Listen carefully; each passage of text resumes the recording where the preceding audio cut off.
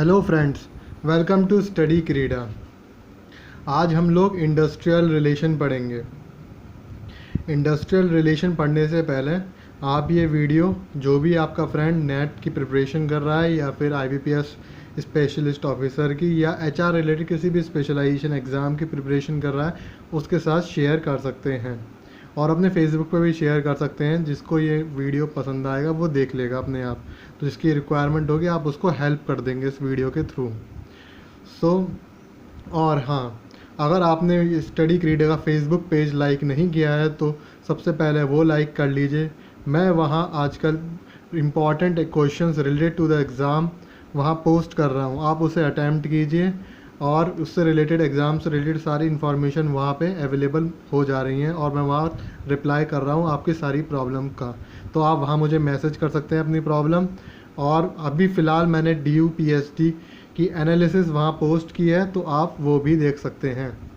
So friend, I have already uploaded the analysis of the DU PhD exam on my Facebook page, that is Study Krida. So do like that page and get updated yourself with the current information related to the UGC NET exam or other specialist exams. So friend, Facebook page के जो description है वो मैं comment box में और description में लिख दूँगा, ठीक है। और आप क्या कर सकते हैं, और आपके पास क्या है, फेसबुक के अलावा कमेंट बॉक्स के अलावा आप मेल कर सकते हैं। मेल ID है studykrida@gmail.com। आप वहाँ human resource management and the financial management और मार्केटिंग मैनेजमेंट रिलेटेड क्वेश्चन आजकल पोस्ट कर सकते हैं, या इसके अलावा आपकी कोई भी क्वेरी है तो भी आप वहाँ पोस्ट कर सकते हैं, ठीक है। So any query related to UGC NET exam subject you can post on Facebook or in comment box, and you can mail also at studykrida@gmail.com. So friend, today we are going to start industrial relation. As you can see, I have written industrial relation. So the question arises, what is industrial relation? So the term industrial relation refers to all type of relationships between all the parties concerned with the industry. Means industries में जितनी भी party हैं उनके आपस के बीच का relation क्या कहलाएगा, इंडस्ट्रियल रिलेशन। तो इनके बीच का कि कौन कौन सी पार्टी हैं आप इंडस्ट्री में, जैसे कि पहला relation between manager and the individual worker, second a collective relation between employer and labor trade unions, and the third, the role of government in the regulation of these relationships. These three closely associated areas are often referred to respectively as personal management, collective bargaining and labor legislation. तो basically industrial relation में तीन type के relation देखे जाते हैं। पहला जो है एम्प्लॉयर एंड द वर्कर, पहला relation between the employer and the worker, second employer and the organisation, and the third government. Yes, government also play part in maintaining industrial relation. Government makes laws and legislation related to the workers and the employers, so that there should be maintain a harmony in the industry. जिससे कि industry में एक harmony बने रहे, एक piece बना रहे। Industrial piece को मेंटेन करने के लिए गवर्नमेंट लॉज एंड लेजिस्लेशन बनाती है।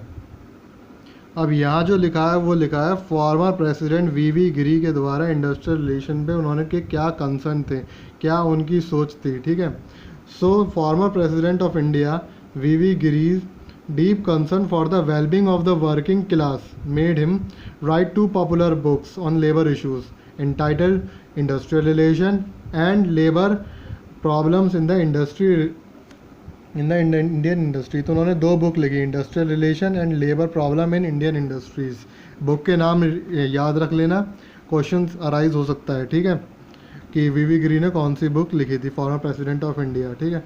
इसके अलावा उन्होंने एक बात बोली थी, क्या बात बोली थी, It is an essential condition to maintain mutual trust and confidence between the employer and employee to obtain the goal of rapid economic development and social justice। अगर हमें इकोनॉमी में development and social justice maintain करना है या establish करना है तो क्या होना चाहिए, एक म्यूचुअल ट्रस्ट और कॉन्फिडेंस होना चाहिए between the employer and the employee. So I hope यहाँ तक आपके ये बात क्लियर हो गई होगी।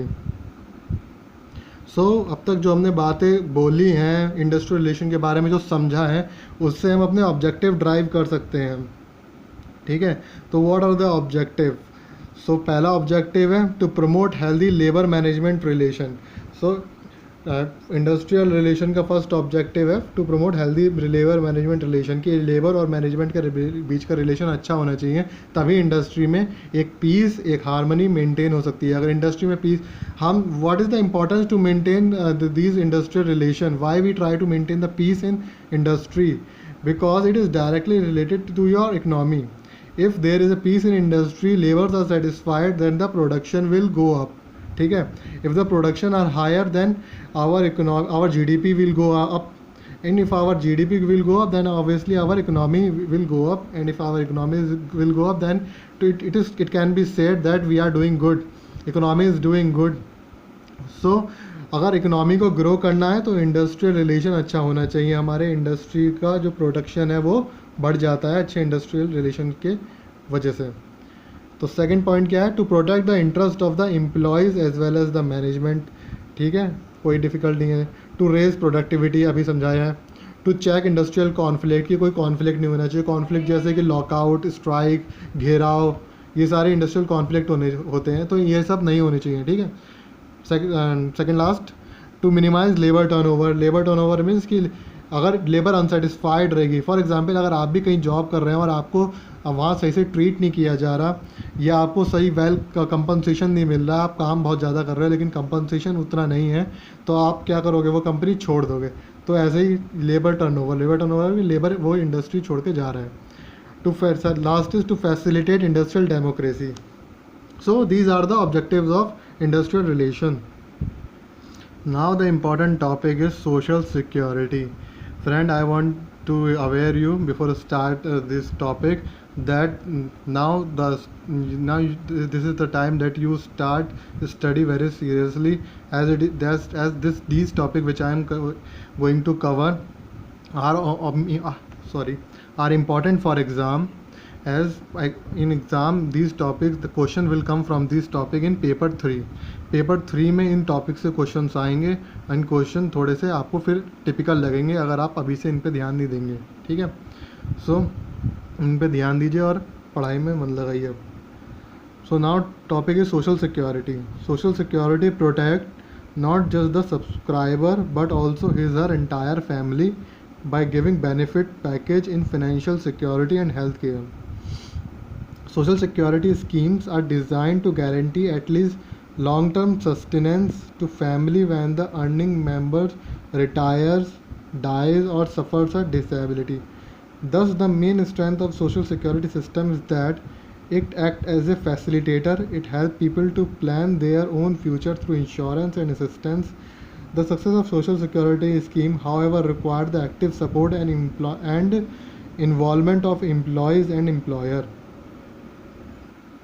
तो बेसिकली सोशल सिक्योरिटी स्कीम क्या करती है, एम्प्लॉय का फ्यूचर सिक्योर करती हैं कोई भी अनहोनी से, कि अगर कोई अनहोनी होती है तो उससे उसका एम्प्लॉय को कोई दिक्कत ना पड़नी पड़े।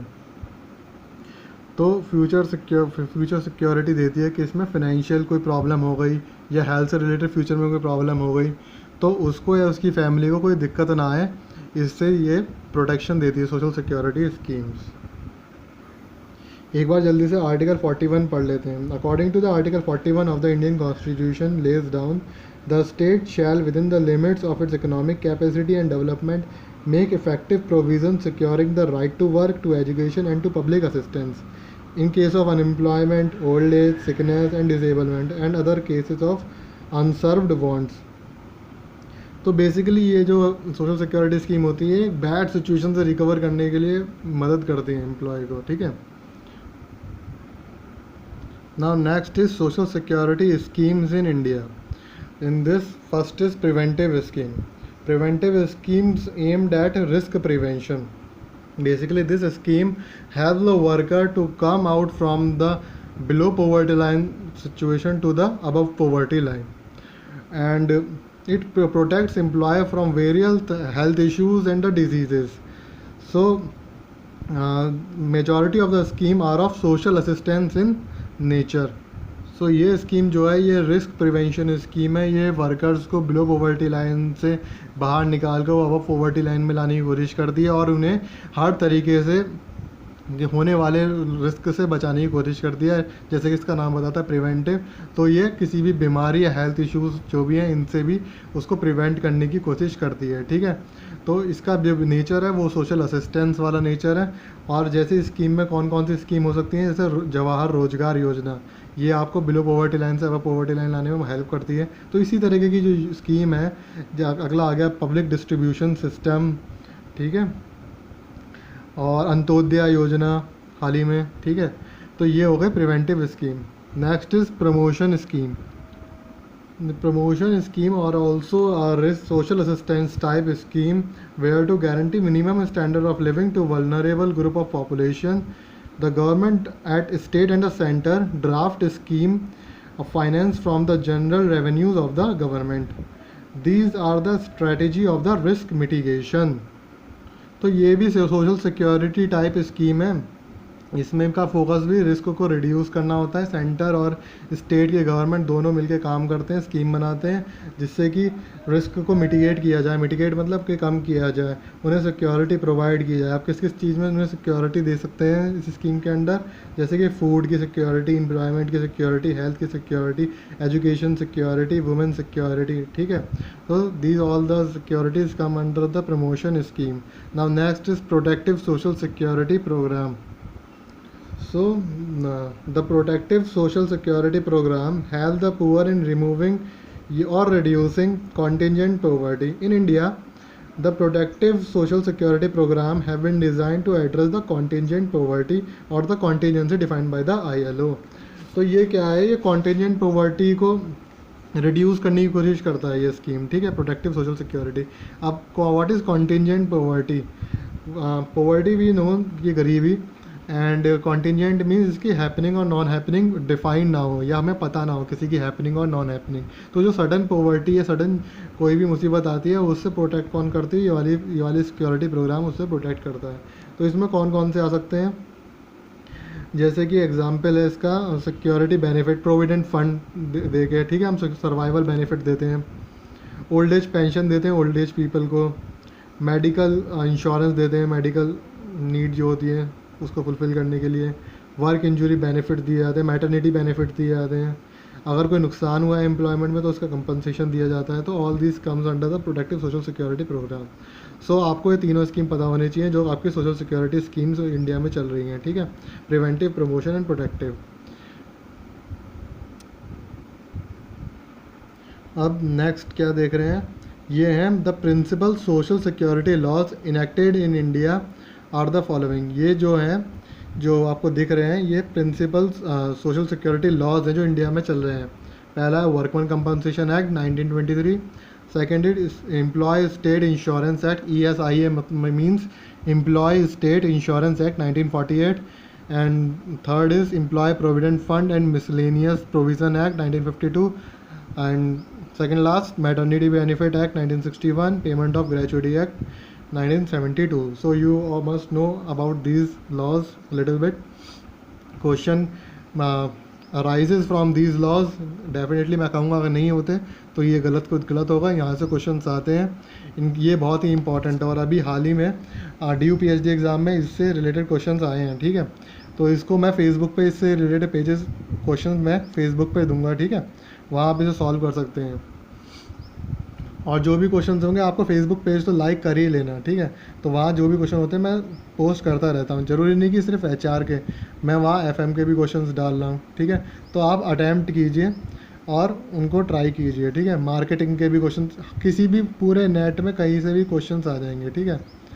तो आपको फेसबुक पेज लाइक कर लेना और आप फिर मेरे से कनेक्ट भी हो जाएंगे, मुझे भी पता होगा कि कौन कौन स्टडी कर रहा है सीरियसली।